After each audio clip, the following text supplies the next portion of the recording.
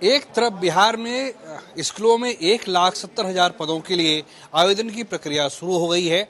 लाखों की संख्या में आवेदन आना है। दूसरी तरफ जो बिहार में जो शिक्षकों का सबसे बड़ा संगठन है बिहार माध्यमिक शिक्षक संघ, वो इस नियोजन प्रक्रिया को लेकर उसके कुछ सवाल हैं। इन्हीं सवालों को लेकर हम बात करेंगे बिहार माध्यमिक शिक्षक संघ के महासचिव सिंह से। सर, क्या आपत्ति है? ये तो 1,70,000 पद है, बढ़िया चीज है ना सर। बहाली हो रही है, होने दीजिए, क्या दिक्कत है? बहाली का कहाँ विरोध करते हैं? हम बहाली का विरोध नहीं करते हैं। बिहार लोक सेवा आयोग से जो बहाली हो रही है उसका हम तो इस बात का विरोध करते हैं कि हम जो 4 लाख से अधिक शिक्षक हैं उनको आप पहले की जो परंपरा है, चाहे शिक्षा मित्र को आपने पंचायत शिक्षक बना दिया, कोई परीक्षा नहीं। आपने खानगी विद्यालय में कार्यरत शिक्षकों को सरकारी बना दिया, कोई परीक्षा नहीं। ये तो परंपरा रहा। खुद माननीय नीतीश कुमार ने ही 2006 में शिक्षा मित्र को पंचायत शिक्षक बना दिया, नियमावली में कर दिया, कोई परीक्षा नहीं। हम जब पहले से परीक्षोत्तीर्ण हैं, हम जितनी भी शिक्षक पात्रता परीक्षा हुई, दक्षता परीक्षा हुई, सब में हम उत्तीर्ण हो चुके हैं और अधिकतम 20 साल, 16 साल, 17 साल हमारा अनुभव है। इस नियमावली में आपने प्रोन्नति का कोई प्रावधान किया ही नहीं। इस देश की कोई ऐसी सेवा शर्त नहीं है जिसमें एक आदमी नियुक्त होता है और अंतिम समय तक उसको किसी प्रकार की प्रोन्नति नहीं दी जाती। सरकार का कहना है कि अगर आप राज्य कर्मी का दर्जा चाहते हैं तो बिहार लोक सेवा आयोग जो है एक प्रतिष्ठित संस्थान है, एग्जामिनेशन बॉडी है, आप उसके थ्रू आ जाइए, क्या दिक्कत है? हम लेते हैं। आप लिख दीजिए ना उसमें कि आपकी वरीयता बरकरार रहेगी, आपकी प्रोन्नति दी जाएगी, आपको जो हम विभागीय परीक्षा का प्रावधान पहले से है, आपको हम वेतन वृद्धि देंगे, विभागीय परीक्षा देते रहिएगा, वेतन वृद्धि देते जाएंगे। ये सारा प्रोविजन आप कर दीजिए, हमको जितना इम्तिहान लीजिए देंगे। 11 जुलाई को क्या करने जा रहे हैं? क्योंकि शिक्षकों के 25 से 30 संगठन है, कोई क्रांतिकारी है, कोई परिवर्तनकारी है। आप लोग क्या करेंगे? 11 जुलाई को क्या होने जा रहा है? क्रांतिकारी परिवर्तनकारी सबों के अस्तित्व का सवाल है। सभी शिक्षकों में उबाल है। नेतागिरी नहीं चलेगी। आम आवाम की पुकार है कि बिना शर्त शिक्षकों को राजकर्मी के दर्जा से कम कुछ नहीं, कोई समझौता नहीं होगा जब तक राजकर्मी का दर्जा नहीं दे। तो क्या विधानमंडल का घेराव करेंगे, ऐसी कोई योजना है? निश्चित। जब हमारा हजारों हजार, हम कह रहे हैं लाख, 4 साढ़े 4 लाख है, यदि 50% भी कहता है तो 2 लाख आ जाएगा। अब अंदाज कर लीजिए, 1 लाख से ज्यादा शिक्षक आ जाएंगे। पूरा शहर, पूरी राजधानी, चारों सीमा जाम हो जाएगा। कहीं से कोई हम अवरोध करेंगे नहीं।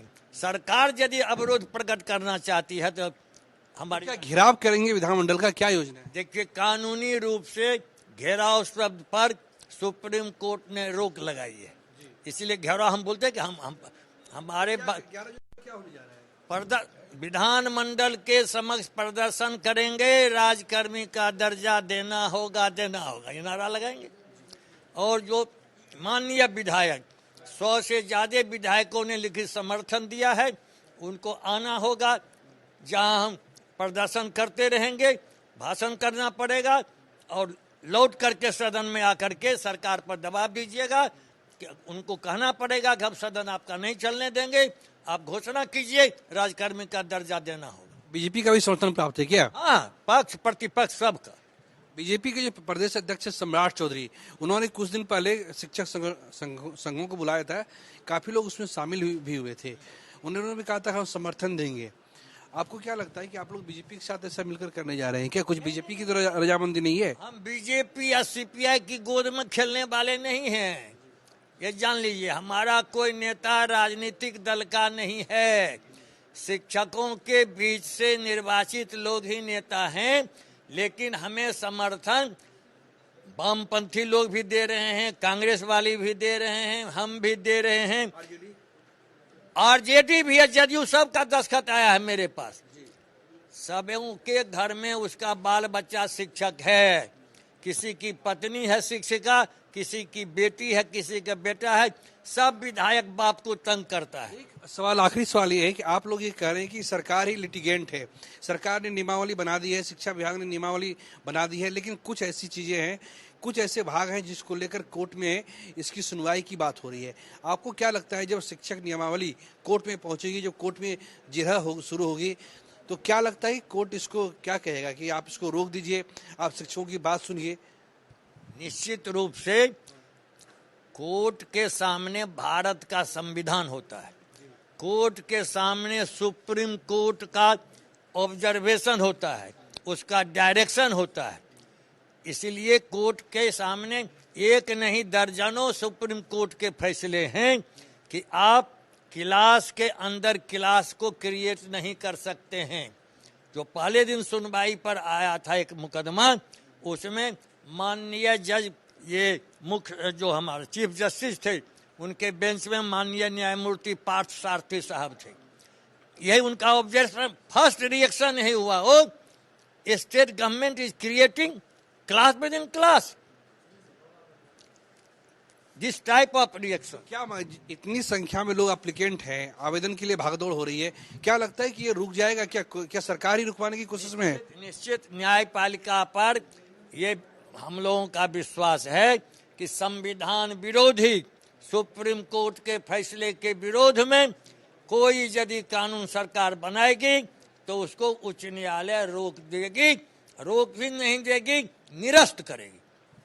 तो ये हमारे साथ बिहार माध्यमिक शिक्षक संघ के महासचिव शत्रुघ्न प्रसाद सिंह थे। एक तरफ बिहार में 1,70,000 पदों के लिए आवेदन की प्रक्रिया जारी है, लोग भागदौड़ कर रहे हैं, आवेदन फिलअप कर रहे हैं, लेकिन दूसरी तरफ इनका ये कहना है कि 11 जुलाई को राज्यकर्मी के मुद्दे पर जो है बिहार में जो विधानमंडल का सत्र है वो 10 जुलाई से शुरू होने जा रहा है, और दूसरे दिन यानी 11 जुलाई को जो है ये लोग जो है विधानमंडल के सामने प्रदर्शन करेंगे।